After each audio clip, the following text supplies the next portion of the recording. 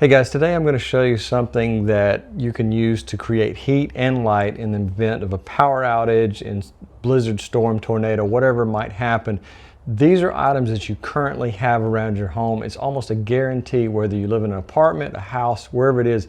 I can almost promise you have these three ingredients. Everyone does, or 99.9% of everyone. So I'm going to show you how to put this together to create heat and light. If you get caught in a emergency situation, it'll do both of those for you, and it's super simple to put together, not complicated at all. Some variations on the theme, but I'm going to start with the most basic way to put it together, and that is by using this as your fuel. This is not gasoline, although it kind of looks like gasoline. It's not, but it's super simple to make. I'm going to show you step by step, but then I'm going to show you some alternate ways to do it that makes it even more efficient. So the first thing you need is any type of jar or a container. It doesn't have to be glass, just some type of container that's fire safe and it won't catch fire. So plastic will not work. You need something that can resist some high temperatures, whether it's metal or glass.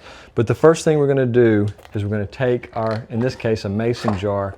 We're going to fill it about halfway up with just regular sea salt. Doesn't have to be, but roughly about halfway.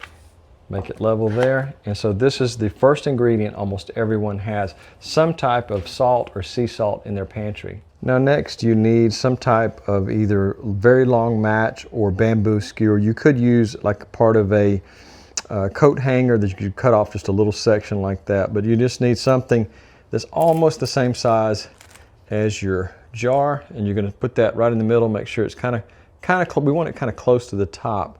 So that's what we're going to need, is a small, in this case I had some bamboo skewers around, but you could make it work with some extra long matches.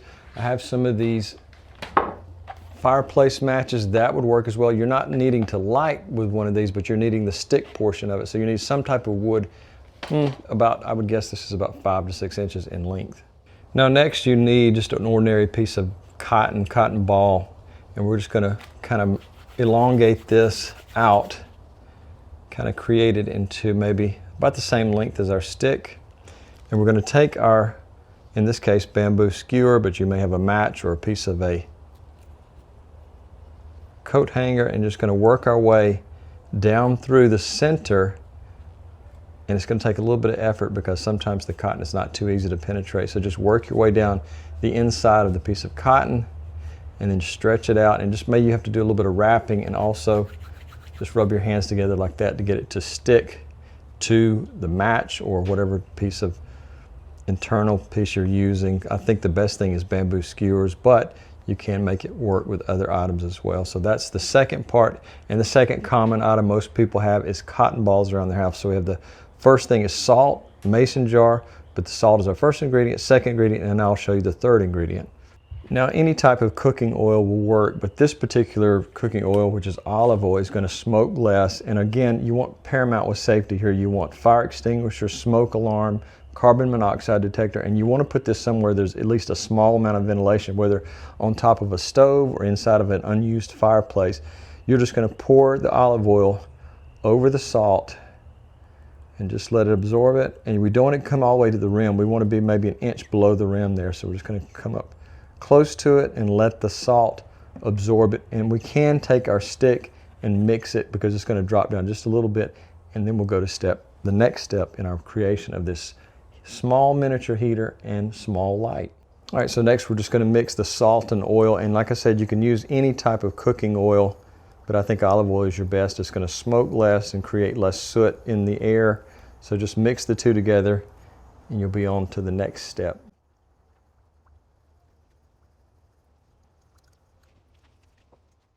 Now next we're going to take our wick, our homemade wick here, and we're going to dip the top part of the wick in the olive oil and then flip it over, and then use the salt as a way to stabilize our wick. You want to make sure the wick has a good amount of olive oil all the way up it, because it's going to have that wicking action. And you might need to just kind of press it on the stick a little bit more and add some more olive oil, because our salt has absorbed a lot of the olive oil. Like I said, we want to bring it within an inch of the top. And that is the most basic heater and lighter you can create in the case of an emergency. It's super simple to do, and most people have cooking oil and some type of material to make a wick stand out of. Your cotton ball, obviously, a lot of people have those, and you just have any type of metal jar, glass jar or metal container like this. But I'm going to show you some alternate ways to do this that's even more effective, and we can upsize this to where it really creates some nice heat. All right, I've got my handy kitchen torch here, and I'm just going to light our wick. Okay, so I've lit our wick here, and it's burning nicely, and it's going to start, that cotton will start drawing up our vegetable oil or our olive oil in this case to the wick, and it creates a little bit of heat and a little bit of light. I've got an issue. I've got the greenhouse doors open, so we're getting a little bit of wind coming through. I'll shut those, but you can see it's burning nicely, and it'll continue to draw that up. But I'm going to show you an even better way to do this, and I'll show you a kit you can order online that's specifically made for this type of heating and light. Now, one thing I haven't mentioned is the safety of this. Instead of having an open jar like this, you could put a lid and just puncture a hole in the top of it and work it down, work your wick into it there, so it's a little bit safer than just having an open jar like this. So if you got a jar, make sure you put a lid on it. But I'm going to show you an even larger size container that you can create a super size candle like this one that will work perfectly. Now, if you really want something that's going to create a lot of heat, you could use something like one of these canisters. This was a multi-piece set. I believe it was a 4-piece set, and I misplaced one of the stainless steel containers. But you have a glass lid on each one of these, and they're really tight. But that's because there is a piece of rubber that goes around the base of each one of these lids. You can remove that, then unscrew the lid, and there's a small opening in the glass where you can run your wick through, and you can have a supersized candle that's very safe. It's in a stainless steel container, so you don't have to worry about knocking over and break it. But as you can see, there's a small hole there once you remove your lid. Of course, you've got to remove that piece of rubber around the outside and use the same exact method here, except maybe you could get creative and create some other types of wicks. For instance, this is a wick you can buy on Amazon. These are fiberglass wicks, which will last indefinitely. And it's really one of those things where you're not limited to just using the basic. The basic setup is for someone who's caught off guard in an emergency, where you can create heat and light and just have an instant candle. If you don't have any normal candles around in your house, this is something you could throw together in 5 minutes. But creating something as large as this one right here, I think it would put out a lot more heat. You could extend the wick up. The higher your wick, remember, the larger your flame. So in a very small room, you could create some heat, but remember, has to be properly ventilated, and you have to have all the proper safety detection equipment and a fire extinguisher. So I'm just giving you options of different things you can use. Now, these particular wicks are made out of fiberglass. I ordered these online. These wicks will last for quite a long time. And another thing is, around here I have my favorite thing that I use around the greenhouse that is the ultimate wick that will never burn up. So as I've said in many videos, this is carbon felt, and if you don't know what carbon felt is, it will resist heat, but it can also act as a wick for our candle, and it will not burn up. This will literally burn by drawing up your fuel, whatever fuel source you have, and it will burn indefinitely. So that's really one of the great things to have around. If you don't know where to buy this, look at a hardware store in their plumbing section, or you can go to a plumbing supply store, and this will absolutely be the perfect wick. So I'll show you how it can resist heat. We're just going to hit it with my kitchen torch.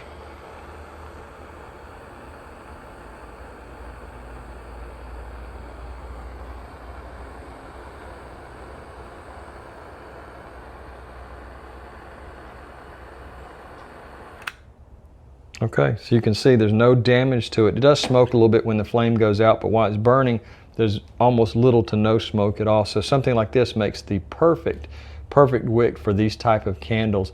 You can create it, and you can use the stabilization method I showed you. You just have to wrap it and maybe run it through the inside of the wick to stabilize it there, because it is a cloth, and it may want to kind of bend over if you cut it too thin, but this is one of the perfect things to use. Again, whether you choose a fiberglass wick, the carbon felt wick, or just a standard cotton wick, you can use so many things to make this work. But if you're caught in an emergency situation, just the standard salt, vegetable oil or olive oil, a piece of cotton, and something to stabilize the cotton so it will stand up in our emergency candle. Like I said, you can cut a hole in the top of this, and you can push your wick down there, and it will continue to draw up your fuel. But in an emergency situation where you're caught without any candles, you have no light and no heat, these little things work great. So guys, this is really excellent for emergency situations. And also, if you're like me, you like hiking and camping, you can use this small container right here to put in your backpack, and you'll just have an emergency heat source or a light for your tent, you know, and just again, even in my tent, I carry a carbon monoxide / smoke detector even inside of that, just in case I fall asleep. I don't want to be in a tent when it's burning. So that's one of those things. Even in that unlikely scenario, I still have safety equipment. And I actually carry the smallest fire extinguisher you can purchase. I'll put a link to the fire extinguisher I'm talking about. It's really a kitchen fire extinguisher, but it's very small. And so if you're caught in a situation where you just have to have it, those things come in super handy as an emergency item. So again, you can make your emergency candle heater into something this size, or you could upsize to something like this, a stainless steel container. Just remove the top, make sure you remove the rubber gasket in there. It won't be a perfect seal, but it acts as a great heater as well, and it's a little bit safer than glass. Now, I always make sure that I put links in the description to everything I purchased with my own money. Nothing is sponsored here. I've actually spent my own money on it. But I came across this online on Amazon. I thought this is a great idea because if you don't want to have to put everything together yourself, you can buy this right here, and it's got everything in it you need to create your own candle / heater. You just take an ordinary mason jar, put this lid on it. It's already got a hole cut into it there. It already comes with fiberglass wicks, so you put your wick down in there. It actually has these right here to extend the wick up. A little bit hard to get in there, but just a little bit of force you can. So you've got the same idea here. It's the perfect size for that particular wick. Also, it's got one of these little extinguishers, so you got that. You can attach that to your jar and just put it over top and put it out. So these little things are great. I found this online and I thought it was a great idea. Now, a lot of people say they hate purchasing from Amazon because it's a giant corporation. Well, actually, a lot of people don't know this, but 50% of the things sold on Amazon are being sold by individuals. Same thing as eBay. It's just eBay only sells things that their sellers sell, and they don't actually sell the products themselves. They just take fees. But with Amazon, you have 50% of the sales on there, and sometimes you'll see a small icon on the listing that says small business.